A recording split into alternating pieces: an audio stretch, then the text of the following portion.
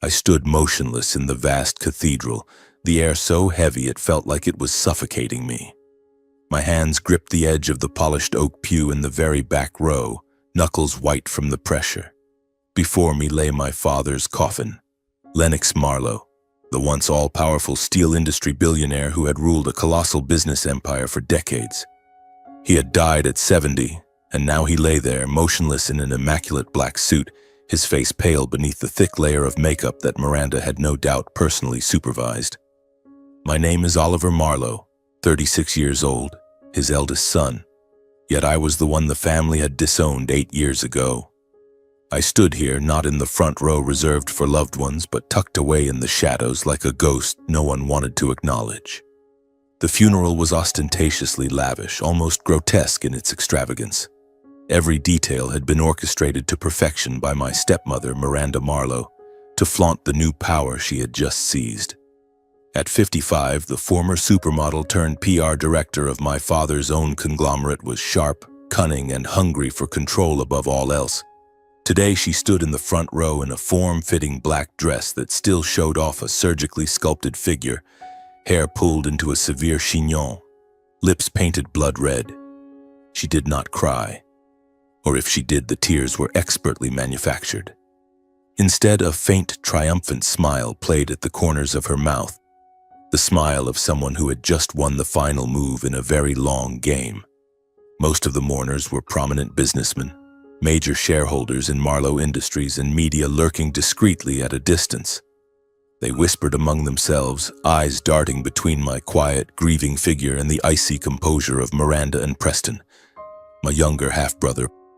Preston sat beside his mother, 29 years old, baby-faced yet perpetually smug and condescending. He wore an exorbitantly expensive suit with the top 2 buttons casually undone, a Patek Philippe glinting on his wrist with every movement. He smirked at me, eyes gleaming with victory. I could not cry. Tears welled up, then stopped at the corners of my eyes, choking in my chest like pain with no escape. The cloying scent of white lilies from the casket filled the air, mingling with polished wood and the cathedral's cold stone. Everything felt staged, more theater than farewell. The service began with solemn ritual. The priest's voice echoed from the high pulpit reading scripture, but I barely heard a word. My mind drifted to distant memories, my eyes fixed on my father's face. His hands were folded over his chest, those thin, once powerful fingers that had signed billion-dollar deals and once struck me across the face when I was 28 for daring to expose embezzlement inside the company. Now they were cold and still forever. Then Miranda took the podium. She walked slowly, her high heels clicking deliberately on the marble floor, the sound reverberating through the vast space.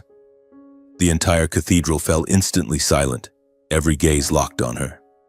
She grasped the microphone, drew a dramatic breath, the practiced inhale of a seasoned performer, and turned fully toward me, her eyes cutting like knives straight into my heart. "Dear friends," her voice rang out smooth and artificially warm. "Today we gather to bid farewell to a legend of American steel, a great man. Lennox Marlowe, my husband, the father, and of some of us here." She paused deliberately, letting the phrase hang in the air so everyone understood exactly whom "some of us" referred to. Whispers rippled through the pews. Heat rushed to my ears. My face burned despite the cathedral's chill. "The Marlowe empire he built will not end," Miranda continued, her voice rising with confidence. "From this moment, it turns a new page, a cleaner page, a stronger page, and most importantly, a page free of the stains of the past." Down in the front row, Preston let out a short, scornful laugh. He stood and clapped. A few others politely followed, enough for the sound to pierce me like shrapnel. Miranda kept her eyes locked on me, microphone steady in her manicured hand. "Oliver," she said my name as if spitting out something bitter. "Lennox's eldest son, or rather former son. I believe everyone here knows he was disowned by his father 8 years ago, for reasons I'm sure I don't need to repeat."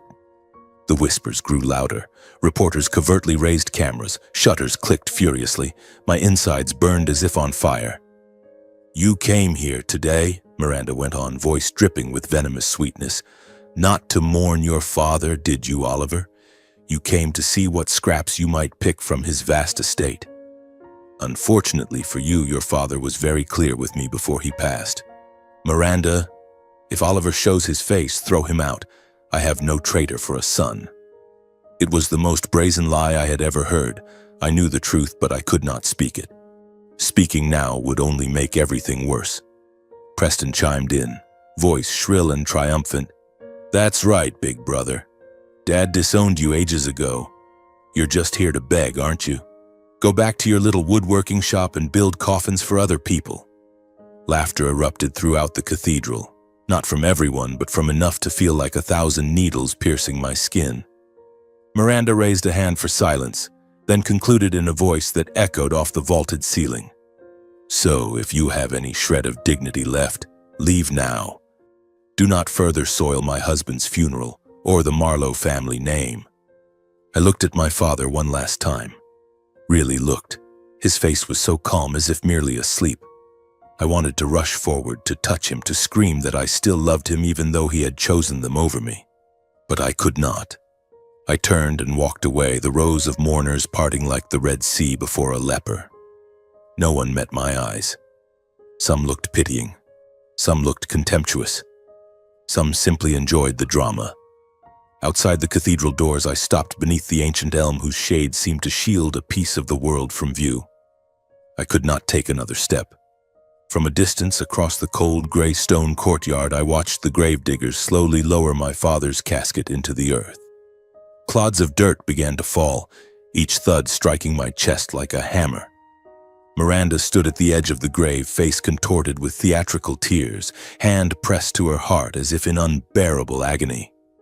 Preston draped an arm around his mother's shoulders, clutching her tightly, playing the role of the devastated son to perfection. The crowd bowed their heads, completely convinced by their performance. And I, excluded from that picture as if I had never belonged. The scene continued before me, solemn, ostentatious, and ice-cold, with no place for me in my father's final moment. The cold wind blew past, carrying the scent of fresh earth and wilting lilies. I closed my eyes, and the memories flooded back like an unstoppable tide. I was 6 years old when everything began to shatter. I still remember the day my mother collapsed on the kitchen floor. She was making tomato soup. The smell of scorched tomatoes is burned into my memory even now. She clutched her chest, eyes wide, mouth open, but no sound came out. I stood frozen in the doorway, clutching the little wooden doll she had carved for me just the day before. She looked at me, tried to smile, then fell. Her heart stopped before the ambulance arrived. They said it was a ruptured aortic aneurysm, sudden, painless. But I have been in pain for more than a decade. After Mom's funeral, the big house became terrifyingly silent. My father, Lennox Marlowe, then only 43, handsome, powerful, successful, disappeared into endless meetings. He came home after midnight smelling of strange women's perfume on his suit jackets. I lay curled up in my room, hugging the wooden doll Mom had left me, listening to him quietly close his bedroom door as if afraid to wake something that had already died long ago. Then Miranda appeared, only 4 months after Mom was buried. She walked in with a bright red Louis Vuitton suitcase, a tight dress hugging her figure, golden hair shining, and a dazzling Hollywood smile. Dad introduced her as the woman who will bring light back to this house. I stood on the staircase, gripping the banister, watching her lean down and kiss his cheek as if she had owned the place for years. From that day on, I became the extra. Miranda was sweet in front of Dad. She cooked, giggled at his company stories, rubbed his back when he was tired. But whenever we were alone, her eyes turned to ice. Go play somewhere else, Oliver. Don't get under Mommy's feet. She claimed my mother's title in days. I never once called her that. When Preston was born, it was officially over. The baby cried in the sky-blue nursery that used to be my playroom. Miranda carried him around the house, singing lullabies, kissing him, posting photos on Facebook. Dad smiled, the first real smile I'd seen from him in months. He lifted Preston high and said, "This is my true heir." He meant it as a joke, but I heard every word. By age 10, I already knew I was the outsider. They compared everything. Preston got a 90 in math. Miranda bragged everywhere. I got 100, she said, that's normal. Preston had a slight cold. The whole house panicked. I ran a 102 fever and lay alone in my room, only the old maid bringing me porridge. Dad was in Europe closing deals and texted, "You're a big boy now, you can take care of yourself." I learned to be quiet, learned not to cry in front of anyone, learned to stay up late studying, to wash my own clothes, to cook when I was hungry. I grew tall, fast, broad-shouldered, stone-faced. No one dared bully me at school. But at home, I was still the 6-year-old watching his mother fall. At 18, the day I received a full scholarship to engineering school, I packed my things and left without saying goodbye. Dad was in Dubai. Miranda texted, "Good luck.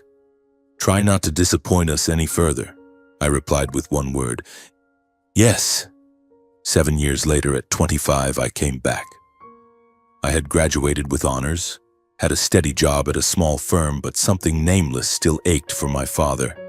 I thought maybe he missed me too. Maybe time had made him see. I wore my best suit, walked into Marlowe Tower, and asked to see him. He received me in the big boardroom, Miranda at his side, Preston, then 18, lounging with his legs crossed. Dad looked me up and down and asked, "What do you want?" Not "you're back" or "how are you?" Just, "What do you want?" I said I wanted to work at the company, to be closer to him. He smirked. "Fine. Start in the basement archives. Do well and maybe you'll move up." Miranda smiled. Preston laughed out loud. I accepted. I worked like a madman, 15-hour days, weekends too. I found errors in financial reports, fixed them without complaint. I proposed production improvements that saved millions. Slowly I rose to planning, then operations. I thought I was proving my worth. I thought he would eventually look at me differently. I was wrong. At 28, I accidentally opened a hidden folder on his computer. Ghost expenses, shell companies in the Caymans, tax evasion schemes so sophisticated they made my blood run cold. I printed everything and confronted him in his office at midnight. The fight exploded like a bomb. I shouted that he was destroying everything he had built. He slammed the desk and roared that I was naive, that this is how you survive in the real world. I said I would go to the authorities. He laughed. "You'd destroy your own family?" Miranda walked in right then. She didn't need to hear the whole story. She put an arm around Dad and whispered something in his ear. The next morning I was fired. Not a normal dismissal. He called security, stood watching while I packed my things in front of the entire staff, and announced loudly so everyone could hear, "Oliver Marlowe is no longer part of this family. He is no longer my son." I walked out of Marlowe Tower carrying a cardboard box, rain pouring down. I didn't cry. I had run out of tears long ago. After that, I started over, truly from zero. I did any job I could find. Laborer on construction sites, plumber, long-haul truck driver. My hands grew calloused. My back ached every morning, but my heart felt strangely light. For the first time in my life, I was free of the shadow called Marlowe. Then I met Amelia. She walked into my makeshift woodworking shop to repair an antique chair. She wore an oversized sweater, hair in a ponytail, and smiled so gently I forgot to greet her. She didn't know who I was, didn't know I had once been a Marlowe heir.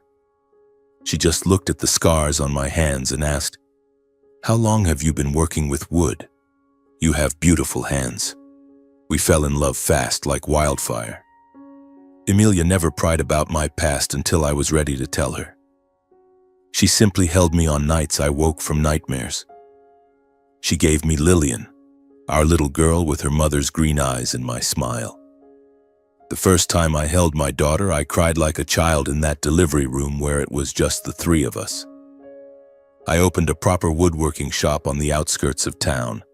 I built every table, every cabinet with my own hands meticulously. I never lied to customers, never cut corners on materials, never chased dirty profits. I refused to repeat my father's mistakes. Customers came more and more, not because I was a Marlowe, but because my work was solid, beautiful, and I was a craftsman who kept his word. Our life wasn't wealthy, but it was peaceful in a way I had never known. Every morning opening the shop, every evening holding Lillian and hearing Amelia laugh, I felt my heart grow lighter. I slowly learned to treasure those small moments and to live a life no longer covered by the Marlowe shadow. Until one late night, just 3 weeks before the news of my father's death spread everywhere. That night the rain poured relentlessly, drumming on the tin roof of the woodworking shed next to the house like thousands of fingers tapping on the window. Amelia was sleeping soundly beside me, and Lillian was breathing evenly in the nursery. I was lying in bed reading under the dim yellow bedside lamp when my phone suddenly vibrated. The screen glowed green in the darkness, displaying a completely unfamiliar number. It was almost 2 in the morning. I hesitated for a few seconds, my thumb hovering over the reject button, but something twisted in my chest, an icy, indistinct premonition. The kind you only feel once in a lifetime, like a warning of something monumental about to happen. I took a deep breath and answered, "Hello?" My voice was hoarse from sleep and worry. There was a long silence on the other end, only heavy, rasping breathing like an old bellows. Then a voice spoke, a voice I recognized instantly, though it was weak, trembling. Barely human anymore, nothing like the commanding tone of the powerful man who once made the entire business world bow. "Oliver, is that you, son?" I bolted upright, heart pounding so hard it felt like it would burst from my chest. "Dad, is that you? Where are you?" His voice came in broken fragments, each word seeming to cost him his last strength. "Listen to me, Oliver. Find the butler. Mr. Harris. He knows the truth. Hurry, son." "Dad, where are you? What's happening? Tell me." But all I heard was labored breathing, then a terrible fit of coughing, as if he were choking on unbearable pain. "Don't trust them. Oliver, I was wrong." The call cut off abruptly, as if someone had yanked the cord from the wall. I frantically redialed. The phone rang endlessly into the night. No answer. Second time, third time, straight to cold voicemail. On the 4th try, the phone was completely powered off. No trace, no connection. I sat frozen on the bed, phone still pressed to my ear, listening to the lifeless dial tone echo in the darkness. My heart felt like ice water had been poured into it. That voice. It was no longer the voice of Lennox Marlowe, who once stood at the pinnacle of power and made me tremble with a single shout in the boardroom. It was the voice of a dying old man, desperate, reaching out in the dark for the son he had abandoned for years. Amelia woke up when I turned on the bedside lamp. She rubbed her eyes, voice groggy. "What's wrong, honey? Who's calling this late?" I couldn't answer right away. I just shook my head, throat choked. My dad called." Amelia fell silent, then wrapped her arms around me from behind. She knew everything, knew I still hurt because of him, even though I never said it out loud. That night I couldn't sleep. I lay staring at the dark ceiling, my father's broken words looping in my head like a scratched record. "Find the butler. The truth. Don't trust them." I was wrong. Every time I recalled his wheezing, feeble voice, my throat tightened and tears silently fell. Something was very wrong. My father had never sounded weak like that. He was the man who could stand in a shareholders' meeting and roar until his face turned red. Not someone whispering for help in the dead of night. The next morning, as the sun barely rose after the night's rain, I was already speeding down the highway toward the Marlowe estate. The road was slick, thick fog blanketed everything, but I didn't care about the danger. The sense of impending disaster pressed on my chest, forcing me to drive faster, faster. I couldn't wait another minute. I couldn't let those unfinished words dissolve into nothing. The estate gates were ajar, strange. They were always secured with electronic locks. I parked right at the main entrance and jumped out without even closing the car door. As I crossed the polished marble steps, Preston was already blocking my way, arms crossed, face twisted in smug defiance. Well, big brother's back? he sneered, voice shrill and arrogant. Heard Dad's seriously ill and came running to sniff around for money? Too bad you're late. He disowned you years ago, remember? You were fired from the company, kicked out of the house, and now you dare show your face here? Get lost before I call security. I didn't even bother looking him in the eye. Step aside, Preston. I'm not saying it twice. Oh, still that tough guy tone? He stepped closer, coffee and cigarette breath hitting my face. You were fired from the company, thrown out of the house, and now you dare show up? Get lost before I call security. I brushed his arm aside, not violently, but firmly enough to make him stumble back. Rage boiled inside me, but I held it in. I only wanted to see my father, even for 1 minute, even just to look at him once. I pushed open the front door. The vast hallway was cold and sterile, reeking of disinfectant instead of the old scent of mahogany and leather. Miranda appeared instantly from the living room, flanked by 2 burly security guards. She wore a black silk robe, hair in a perfect bun, face bare of makeup yet still sharp as a blade. Oliver, my name sounded like a curse in her mouth. You've got some nerve. I told security to shoot you on sight if you ever came near. I want to see my father. I forced my voice to stay calm. Just a few minutes. Let me see him. Miranda smirked and stepped closer. The guards advanced a step. Your father cut you off 8 years ago. You are no longer a Marlowe. Lennox does not want to see you. He told me that himself yesterday. Another blatant lie. I knew it for certain. Just hours earlier he had called me gasping, pleading, but I said nothing. I could feel something dark and dangerous lurking behind the upstairs bedroom door. How is he? I asked, voice dropping with worry. Let me see him. Please. Miranda tilted her head, looking at me like an insect. He doesn't want to see you. He's very tired. Go home. Don't disturb him further. From the doorway, Preston cackled. Did you hear that, big brother? Dad doesn't want to see a traitor like you. The 2 guards moved in, one on each side, grabbing my arms. I could have fought. I was taller, stronger from years of woodworking. But I didn't. I only looked deep into Miranda's eyes. If anything happens to him, you will pay.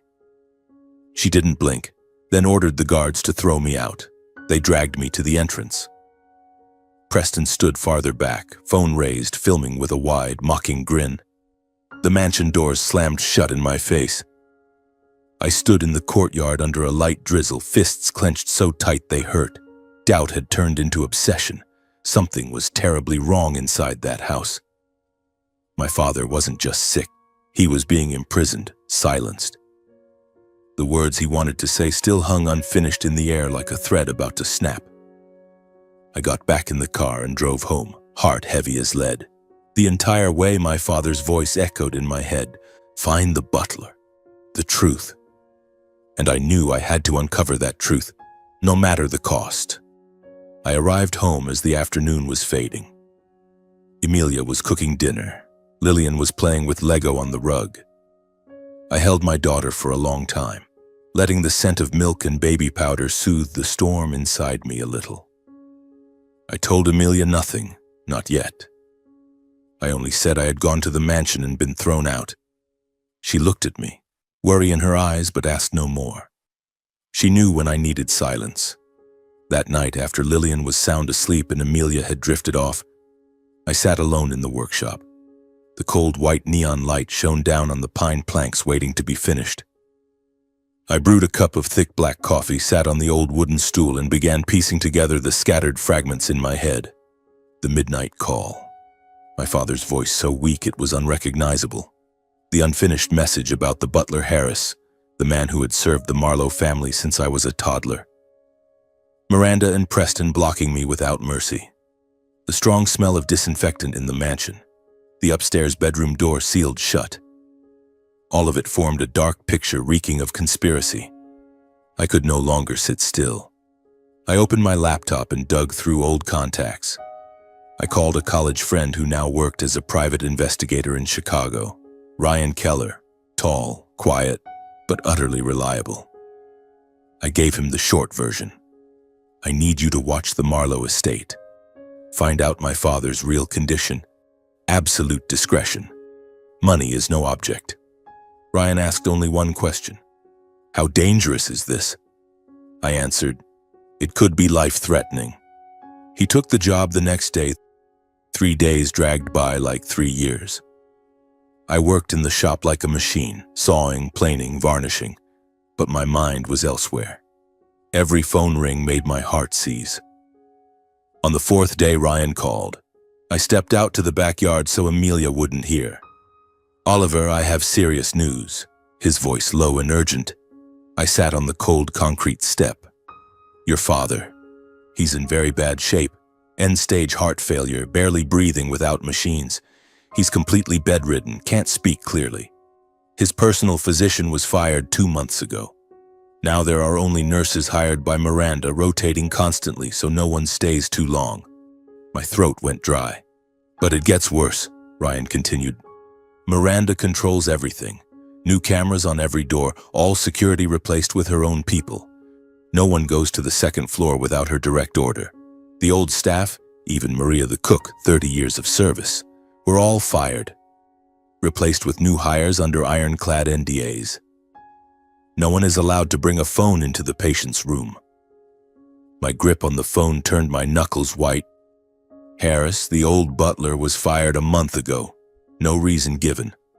Allowed to take only 1 suitcase. I whispered. My father. Is he being held prisoner? Ryan was silent for a few seconds. Yes, and more. Miranda is signing everything in your father's name. $100 million contracts, fund transfers, major shareholder restructurings. She's taken full control of the conglomerate while her husband lies there like a breathing corpse. My heart crashed to the ground. The image of my father, once standing on the Marlowe Tower rooftop, hands on hips, looking down at the city like a chessboard. Now completely isolated, dependent on that vicious woman, hurt so badly I could barely breathe. My eyes burned, but no tears came. They had frozen into a block of ice inside my chest. I asked Ryan, do you have proof? He replied, not enough for court yet. Only remote surveillance and a few inside sources. Miranda is covering her tracks very cleanly. I hung up and sat motionless in the yard until Amelia called me in for dinner. The following days were hell. I could do nothing. No evidence, no way into the mansion. They had it locked down. And legally, Miranda held all the medical and business power of attorney documents. The law was on her side. All I could do was sit by the window every night, phone in hand, staring at the blank screen, praying it would ring again, just once more, so I could ask everything, so I could rush to save him. But the screen stayed dark. Then one Tuesday morning, while I was planing a walnut board for a longtime customer, my phone buzzed, a text from an unknown number. Mr. Lennox Marlowe passed away at 4:17 a.m. Funeral arrangements to be announced later. The Marlowe family. No condolences, no details, nothing. I dropped the plane. It clattered to the floor with a dry crack. Amelia ran out when she saw me sitting on the ground, face ashen. She held me, but I felt nothing. My heart had shattered into pieces. No matter that he had disowned me, no matter that he had chosen them over me, I had never hated him. I only hurt because I never got to say I still loved him. The first tear fell when I realized that frail midnight call had been my father's last attempt to reach for me. And I hadn't understood in time. I hadn't saved him. On the day of the funeral, I stood far away under the old elm tree, watching my father's casket slowly lowered into the earth, watching Miranda weep for the cameras, watching Preston hold his mother, face impassive. I felt as if my entire ruined past was being buried with him. Every wound, every chance at reconciliation that never came, every unsaid word, all sinking into that cold grave. When the funeral ended and everyone had left, I walked quietly to the graveside. I knelt, placed my hand on the cold granite slab still smelling of fresh earth. I sat there for hours in silence, as if listening for the things my father never finished saying, as if waiting for him to reach up from the ground and take my hand one last time. Night fell. Darkness covered the cemetery. I stood, brushed the dirt from my knees. The cold wind carried the scent of wilted lilies and damp soil. I left the cemetery carrying a heavy sense of loss, yet at the same time a burning certainty blazed in my chest. My father's death was not simply illness. Behind it lay truths that had been hidden, buried with him. And I would dig them up, even if it cost me my entire life. The days after the funeral passed as if through fog. I worked in the workshop until I dropped, trying not to think, but every stroke of the plane, every cut of the saw brought back the image of my father lying motionless in his coffin. I didn't cry again. There was only a weight on my chest that grew heavier by the day. Then, on a Friday morning while I was making coffee in the kitchen, my phone rang. An unfamiliar number with the Marlowe corporate area code. I answered. My heart missed a beat. "Hello, Oliver Marlowe speaking. Who is this?" A middle-aged man's voice, polite but ice-cold. "Good morning, Mr. Marlowe. This is Malcolm Pierce, Chief Counsel representing Marlowe Industries in the estate of Mr. Lennox Marlowe. I'm calling to inform you that the formal reading of Mr. Lennox Marlowe's last will and testament will take place next Monday at 10 a.m. in the 68th floor boardroom of Marlowe Tower. Your presence is required. By the terms of the will itself." I was silent for several seconds. Required? After everything? "I'll be there," I answered, voice rough. Malcolm Pierce hung up without another word. I set the phone down, hand trembling slightly. A fragile, foolish spark of hope flickered inside me. Maybe Dad had remembered me after all. Maybe he had left me something, even just a written apology. I decided to go, even knowing I was walking straight into the lion's den. On Monday, I wore the only suit left in my closet, the dark gray one I'd bought for my wedding to Amelia. I kissed my wife and daughter goodbye, lying that I had a big client meeting. Amelia looked at me for a long time. She understood everything without a word. She just hugged me tightly and whispered, "Come home to me, no matter what happens." Marlowe Tower still towered into the sky, black glass gleaming in the morning sun. I walked into the lobby feeling as if I had been thrown 8 years back in time, to the day I was thrown out carrying a cardboard box. The elevator took me to the 68th floor. The doors opened onto the crimson-carpeted hallway. The familiar scent of leather and sandalwood hit me. I walked down the corridor, leather shoes barely making a sound on the thick carpet, each step making my heart beat harder. The doors to the main boardroom stood open. I stepped inside. Miranda sat at the head of the long table, black dress clinging to her body, hair in a severe bun, arms folded with absolute confidence. Preston sat to her right, legs crossed, phone in hand, lips curled in a sneer the moment he saw me. Malcolm Pierce sat at the far end, thick folders in front of him, face expressionless. Only the four of us in a room large enough for 100. Preston spoke first, voice shrill and triumphant. "Well, well, Big Brother showed up after all. Came sniffing for money? Save your time, you're getting nothing. Go back to making chairs for people." Miranda said nothing, only shook her head slightly, a cold smile playing at the corner of her mouth. She looked me up and down as if to say, "How dare you dirty this room with your presence?" I didn't reply. I simply pulled out the chair at the far end of the table and sat, back straight, face calm. I would not give them the satisfaction of seeing me tremble. Malcolm Pierce cleared his throat and opened the folder. "We will begin. This is the last will and testament of Mr. Lennox Marlowe, executed and notarized on October 14th of this year, bearing his signature and those of 2 witnesses." I clenched my fists under the table. The lawyer began reading in a flat, mechanical voice. "All controlling shares in Marlowe Steel Corporation, real estate holdings in New York, the Hamptons, Aspen, and Miami, together with all investment funds, charitable trusts, and personal bank accounts, are transferred in full ownership to Mrs. Miranda Marlowe and Mr. Preston Marlowe in a 60-40 split." Preston smirked and flashed a victory sign at his mother. Malcolm turned to the final page. With respect to Mr. Oliver Marlowe, my eldest son, he is to receive no inheritance of any kind in any form." The words struck me like an ice-cold blade straight through the chest. Miranda smiled in triumph and tilted her head at me. "Your father did the right thing until the very end, Oliver." Preston burst out laughing and slapped the table. "Hear that, big brother? Not a single cent. Now you know your place. Get out fast before you dirty the chair any longer." I sat frozen.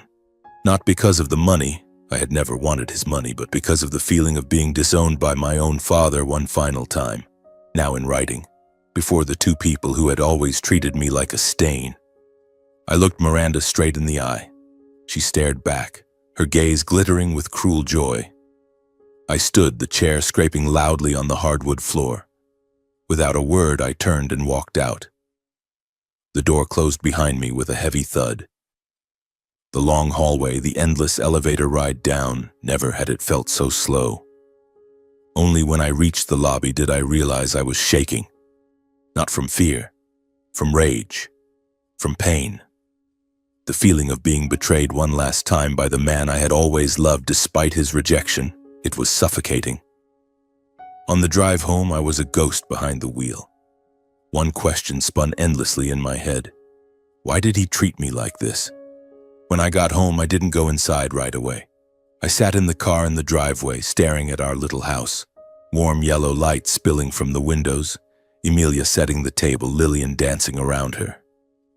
I sat there until night fell completely. When I finally walked in, Emilia took one look at me and knew everything. She asked nothing. She just held me tight.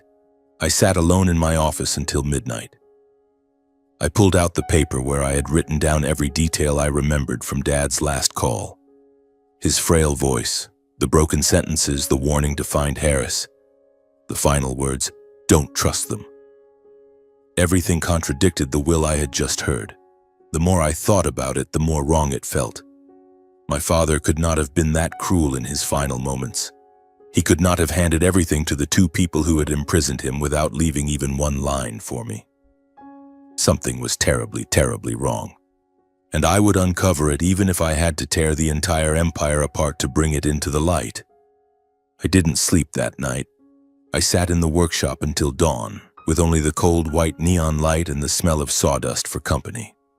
In my head, there was just one lead left.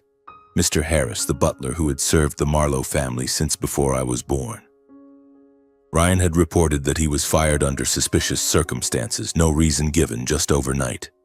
If my father wanted me to find him, then Harris definitely knew something. The next morning, I called Ryan again. "Find Mr. Harris's address for me. Whatever it takes." Less than 2 hours later, Ryan texted, "A small house on the northern outskirts of Chicago in an old retirement neighborhood." I kissed Emilia and Lillian goodbye, lying that I had to deliver a table to a distant client. Emilia looked at me for a long time, eyes full of worry, but she only nodded and whispered, "Be careful, love." I drove for 3 hours, through empty highways and late autumn cornfields turning yellow and brittle. The house appeared at the end of a dirt road, a single-story wooden cottage with a steep roof, peeling white paint, and a front yard with only a few withered rose bushes. I parked, took a deep breath, and knocked. The door opened almost instantly. Mr. Harris stood there, hair snow-white, back more stooped than I remembered, but his eyes still sharp and sorrowful. He wore an old sweater and held a smoking cigarette. When he saw me, there was no surprise on his face, only a look of long-awaited recognition, as if he had known this day would come years ago. His voice was hoarse with age. "Oliver, come in, son." I stepped inside. The air was warm, smelling of freshly baked cookies and old wood. The house was tiny, just a living room with a fireplace and a few faded photographs on the walls. Dad in his younger days, me as a toddler, the whole family before everything fell apart. Mr. Harris pointed to the worn armchair by the fire. "Sit down. Tea?" I shook my head. I couldn't wait any longer. I went straight to the point. "Mr. Harris, my father called me the night before he died. He said, 'Find you. You would tell me the truth.'" Mr. Harris's face suddenly crumpled. He set his teacup down with trembling hands and sat across from me. He was silent for a very long time, as if wrestling with the most painful memory of his life. I waited, afraid to push. Finally, he sighed, voice shaking. "I've been waiting for you since the day they threw me out. I knew you would come sooner or later." And he began to tell me that ever since my father's heart failure became severe, he could barely care for himself. He was bedridden, on oxygen, speech difficult. Miranda immediately seized control. She replaced all the old staff, installed cameras everywhere, forbade anyone from going to the second floor without her direct order. Everything, medicine, food, schedule, had to follow her orders, Mr. Harris said, staring into the fire. Anyone who disobeyed was fired on the spot. Maria, who cooked for the family for 30 years, was dismissed. The old nurse, too. Only new people remained, people who only knew how to obey. He told me my father was treated coldly, even cruelly. Miranda often entered the room to scold him, calling him a burden, blaming him for letting the company weaken. She forced him to sign documents, transfer of operating authority, financial powers of attorney, and most importantly, a new will. Preston was worse, Mr. Harris said through clenched teeth. He hardly visited, only showed up when a signature was needed. He shouted in your father's face, called him a useless old man. Once he hit him. I saw it through the crack in the door. Your father couldn't fight back. He just lay there and took it. When Dad stubbornly refused to sign the fake will they presented, the one giving everything to Miranda and Preston, the real coercion began. Food rations cut, pain medication doses reduced. They let him suffer, let him weaken, hoping he would give in. His final days were hell, Mr. Harris whispered, voice breaking. He was utterly alone in the house he had built. No friends, no relatives allowed in. Only Miranda and Preston, the two people he had trusted most, circling him like vultures. He paused to wipe tears with a trembling hand. That last night, after the house was asleep, I slipped into his room. He lay there, eyes wide open, gasping. I knew he was slipping away. I gave him my phone. I said, "Call Oliver, sir. This is your last chance." He took it with shaking hands and dialed from memory. I stood outside the door, keeping watch. Mr. Harris looked straight into my eyes, tears rolling down his wrinkled cheeks. He only managed a few words. Then Miranda woke up and discovered us. She didn't hear the conversation, but it was enough to know what I had done. She called security and had me thrown out at 3 in the morning. I only had time to grab one suitcase. I never got to say goodbye.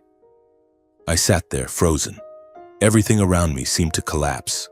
The image of my father, the man who once made the entire business world tremble, being abused, beaten, starved of medicine simply because he refused to sign papers. My chest ached as if someone were crushing my heart.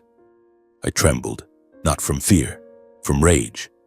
Rage so fierce I wanted to scream, wanted to storm the mansion right then and strangle both mother and son. "Son," Mr. Harris placed a hand on my shoulder. "He loved you. Until his very last moment, he loved you. He told me many times, I was wrong to drive Oliver away. He's the only honest one in this house."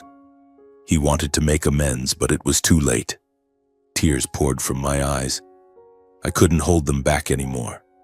I bowed my head, shoulders shaking with sobs. That broken midnight call wasn't just a farewell. It was the final plea of a father I had always wanted to forgive, no matter how deeply he had hurt me. I understood everything now. In that moment, in Mr. Harris's small, warm house, amid the smell of cookies and the crackling fire, I swore I would bring every truth into the light, not just for my own justice, but to restore the final dignity of a father who died in loneliness and agony. I would make Miranda and Preston pay by any means necessary. After recounting every painful truth he had witnessed, Mr. Harris fell silent and looked at me for a long time. His eyes carried a deep, lingering remorse, as if he had borne that burden for months and was only now able to set a part of it down. He said nothing more, only let out a heavy sigh and slowly rose. He limped into the small room at the back of the house, a cramped bedroom with a simple bed and an old wooden dresser. I waited, heart pounding with anticipation, hearing drawers being pulled open and the rustle of papers in the quiet. A moment later, he returned to the living room carrying a thick brown envelope, carefully sealed with old tape and a cracked red wax seal. Mr. Harris approached and placed the envelope in my hands with solemn reverence. His eyes were heavy with affection and duty, as though he were entrusting me with the final truth my father had been unable to speak before he left this world forever. "Your father gave me this a long time ago," he whispered, voice rough with emotion. "He told me to give it to you only if you came looking. I've guarded it like my own life." I held the envelope, feeling its weight, not just paper, but my father's last legacy. I hugged Mr. Harris tightly, whispered my heartfelt thanks, and drove home. The whole long drive, the envelope sat quietly on the passenger seat, and I kept glancing at it, afraid it was a dream that might vanish at any moment. My heart was filled with a mixture of dread and fierce hope. This might be the key to every secret my father had left behind, the answer to all the doubts that had tormented me. I arrived home very late. Emilia and Lillian were already sound asleep in the warm bedroom. Not wanting to wake anyone, I turned on only the small desk lamp with its dim yellow glow in my private study. I sat in the familiar wooden chair, placed the envelope on the table, and took a deep breath to steady myself. My hands trembled slightly as I used a letter opener to carefully cut the old seal. Inside were 3 items neatly arranged, 2 thick bundles of documents tied with worn cord, and a single letter wrapped separately in time-yellowed brown paper, folded with great care. I opened the first bundle first, and I froze. It was my father's true will, professionally drafted, bearing his shaky but unmistakable signature, notarized by Madeline Shaw, the trusted family attorney he had relied on since I was a child, someone Miranda had never been able to manipulate. The contents were the complete opposite of the forged will Malcolm Pierce had read aloud.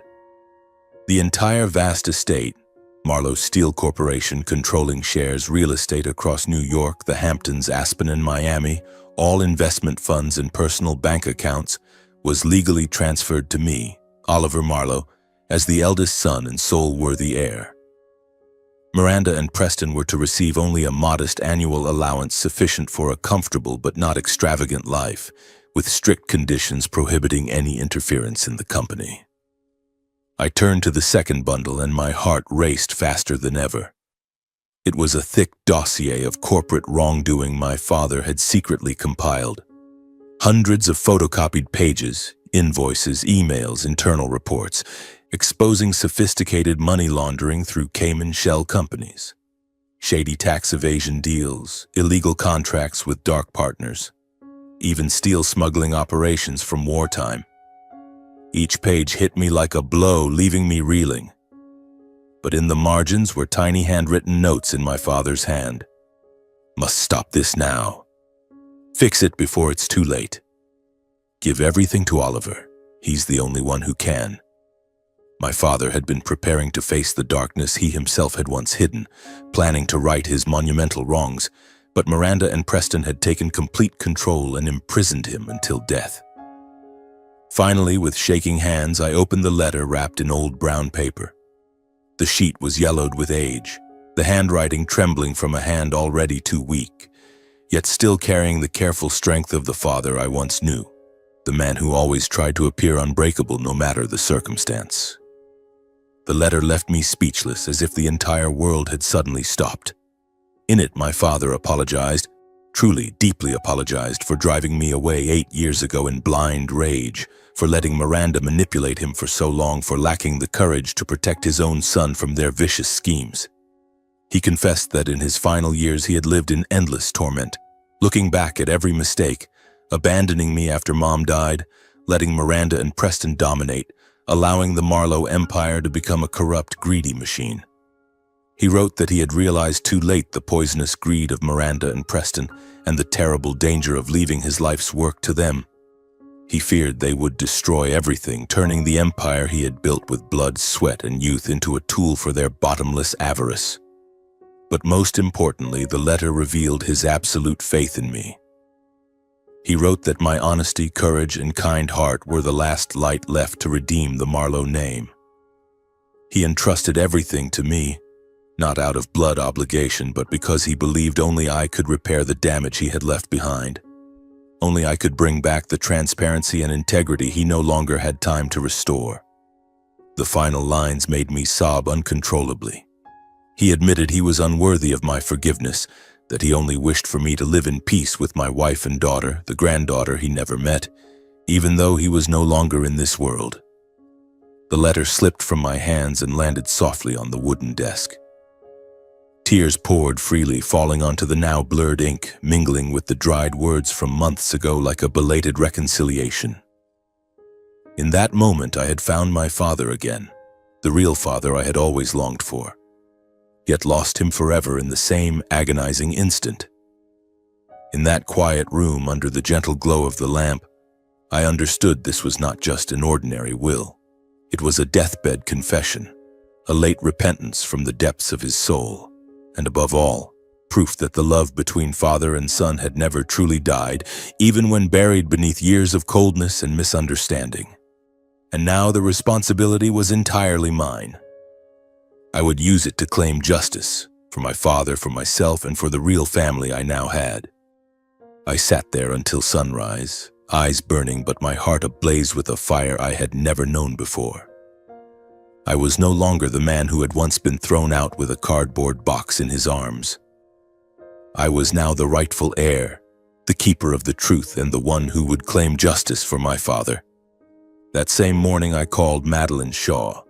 She received me in her private office in downtown Chicago, an old, unpretentious building, nothing like Marlowe Tower, filled with law books and the scent of aged paper. Mrs. Shaw was over 70, silver hair in a tight bun, eyes still razor-sharp behind gold-rimmed glasses. When I placed the envelope on her desk, she showed no surprise. She only sighed, adjusted her glasses, and said, "I've been waiting for your call for a very long time, Oliver."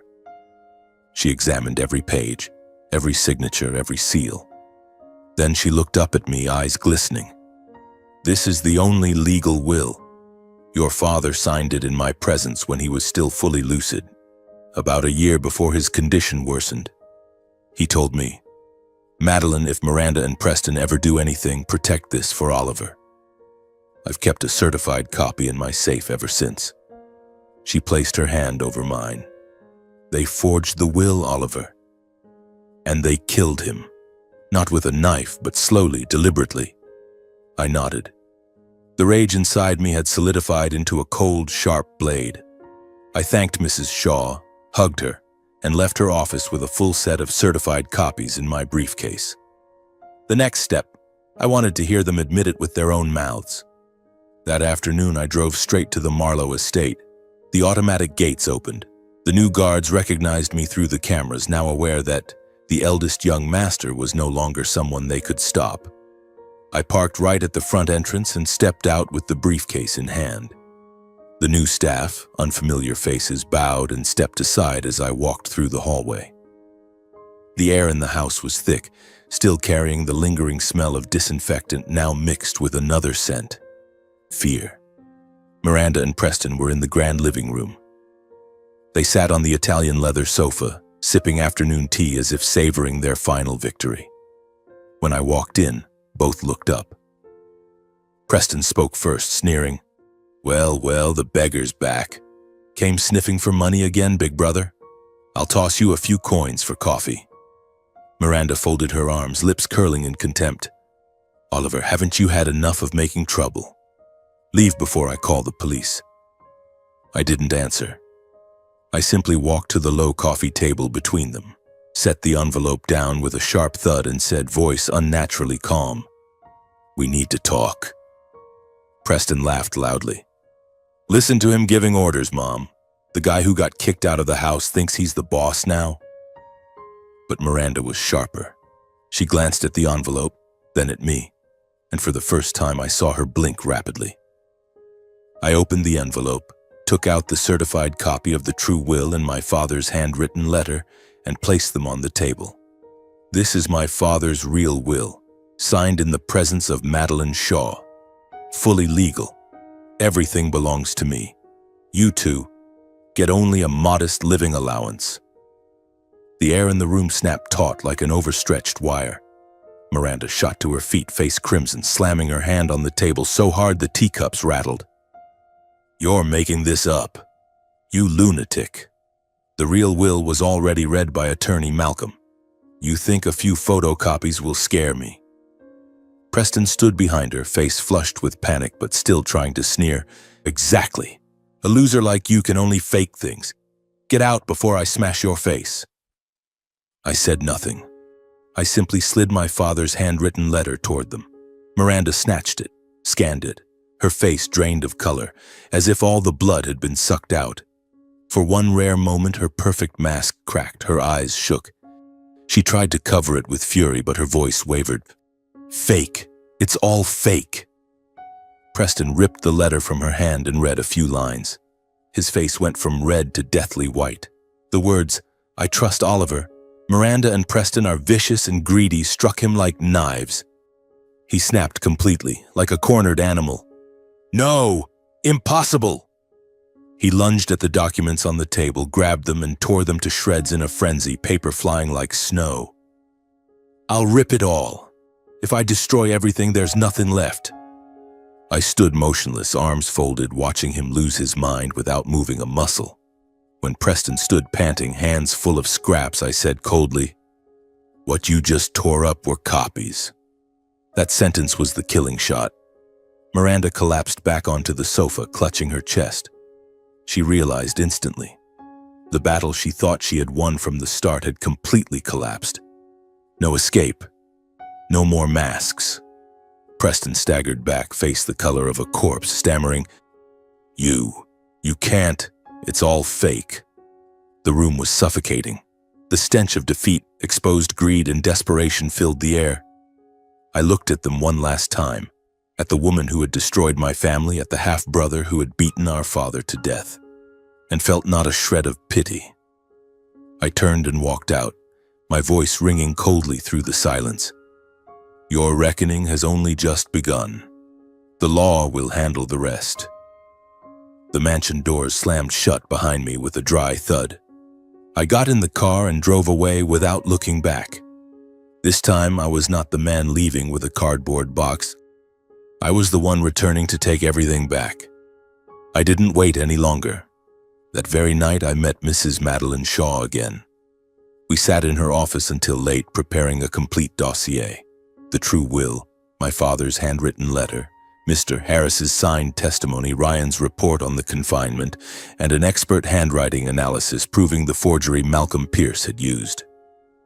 Mrs. Shaw brought in Chicago's top criminal attorney. The next morning we filed with the Illinois Supreme Court. Estate dispute, document forgery, abuse of a vulnerable adult, and suspected homicide. The news spread like wildfire. Marlowe estate scandal. Eldest son accuses stepmother and half-brother of murder for inheritance. Bloomberg, Forbes, the Wall Street Journal, CNN, all ran it on the front page. Marlowe's steel stock plunged 28% in a single day. The financial world buzzed. High society whispered behind champagne flutes. And I only wanted justice, not revenge, but real justice for my father. On the first day of trial, the federal courthouse in Chicago was packed so tightly extra security had to be called in. The gallery was full. Reporters crammed the corridors, cameras flashed non-stop. Investors, old shareholders, even people my father had once fired. Everyone wanted to witness the fall of the Marlowe empire. Miranda entered first. She still wore a tight black dress, hair in a severe bun, lips blood red, but her usual icy composure was cracked. Her eyes were no longer sharp. They darted, sleepless, afraid. Preston followed his mother, suit rumpled, tie crooked, face ashen, eyes shifting like a hunted animal. I entered last. I wore the same dark gray suit I had worn to the reading of the fake will. But this time I did not bow my head. I walked tall, shoulders broad, gaze steady. The years of loneliness, the nights of silent tears, the days of manual labor until my hands bled, They had forged me into a man who had nothing left to lose and nothing left to fear. I took my seat at the plaintiff's table. Mrs. Shaw sat beside me and rested a gentle hand on my shoulder. "Today we win, Oliver." The trial began. Mrs. Shaw stood first. Her voice rang clear and unshaken. "Your Honor, Mr. Lennox Marlowe executed this true will on October 14th of last year in my presence and that of 2 independent witnesses.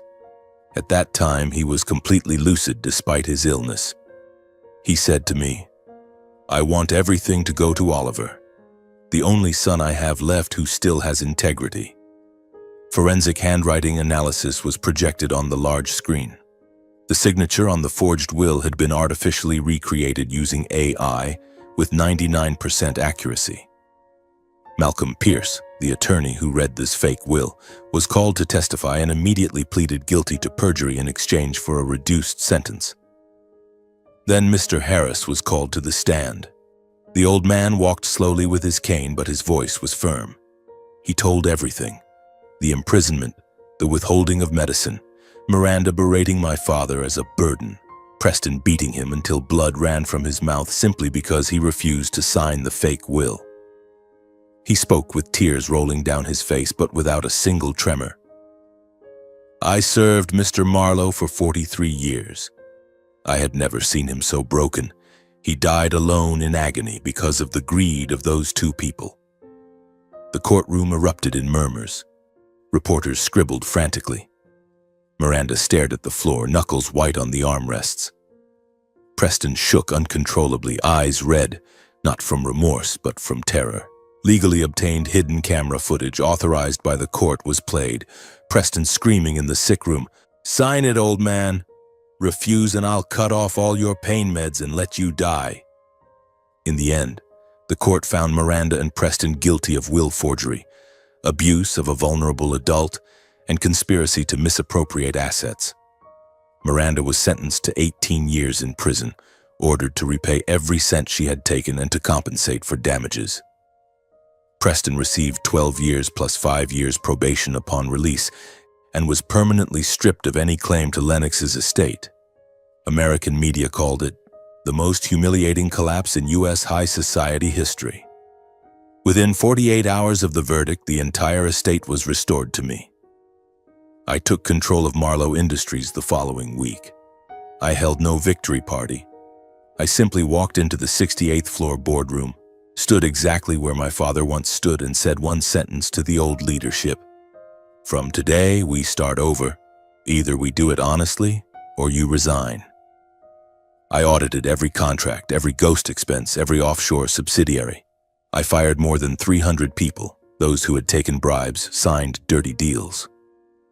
I used part of the vast fortune to compensate hundreds of families harmed by Marlowe's substandard steel over the years. Collapsed houses, failed bridges, workplace accidents. I established a scholarship fund in my mother's name and a charitable foundation in my father's. Marlowe Industries is now a transparent company, environmentally responsible, highest wages in the industry, not a penny of tax evasion. I sold the old mansion and moved to a new house on the outskirts.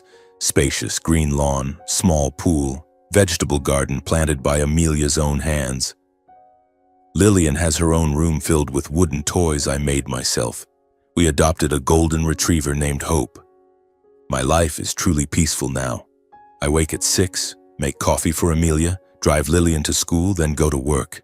In the evenings, I hold my daughter, listen to her tell me how the teacher praised her drawing, hear Amelia laugh when I recount the day.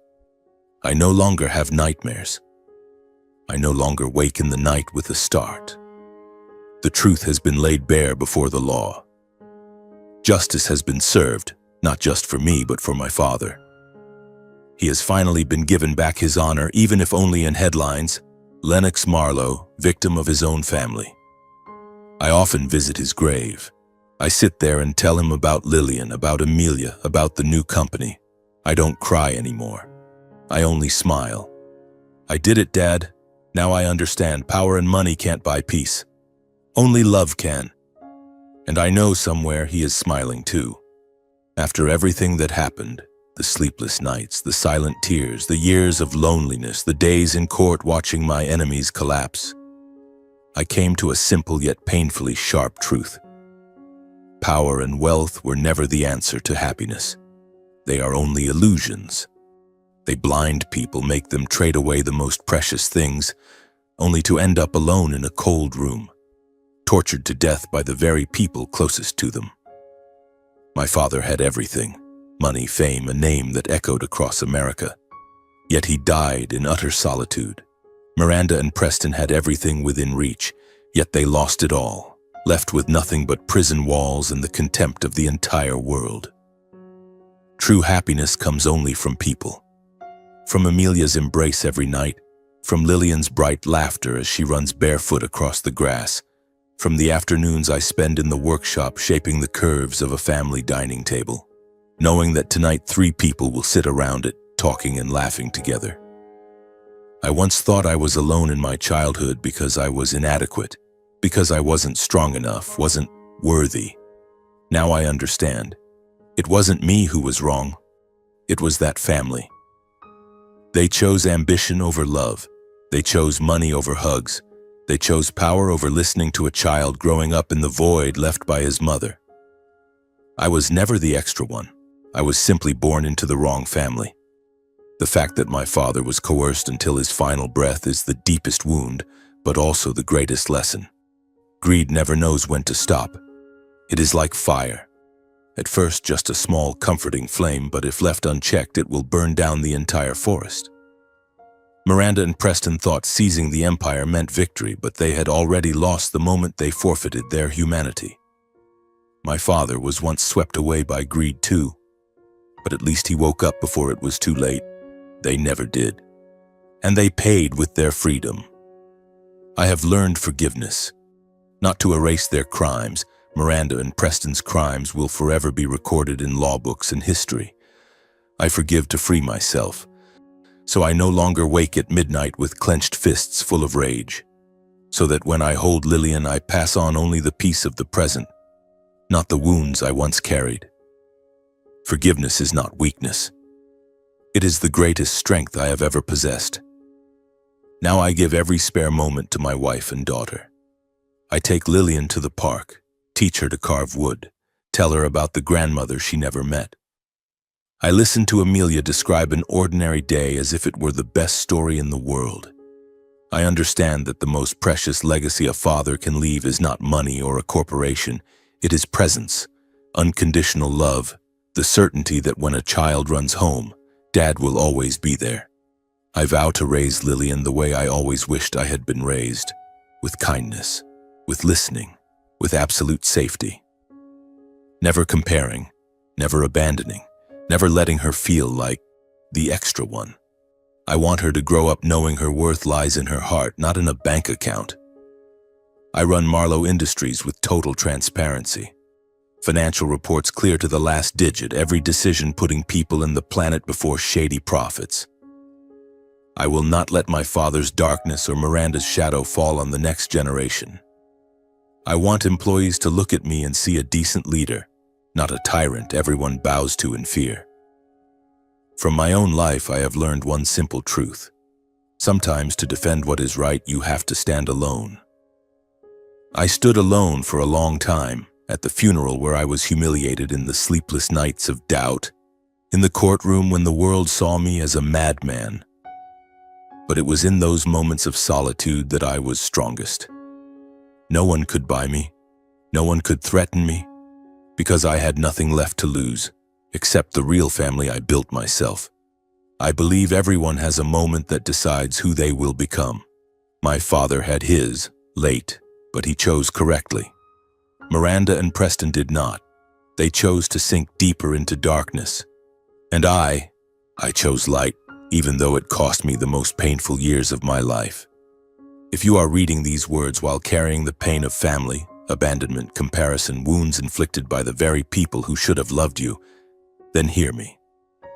Do not let the past chain your future. Your true worth does not lie in where you were born or the name on your birth certificate. It lies in how you choose to live, how you choose to love, how you choose to become a better person. Live upright, Keep your heart clean. Be kind even when the world is not kind to you. Because in the end, justice always finds its way, even if it sometimes has to take a very long detour.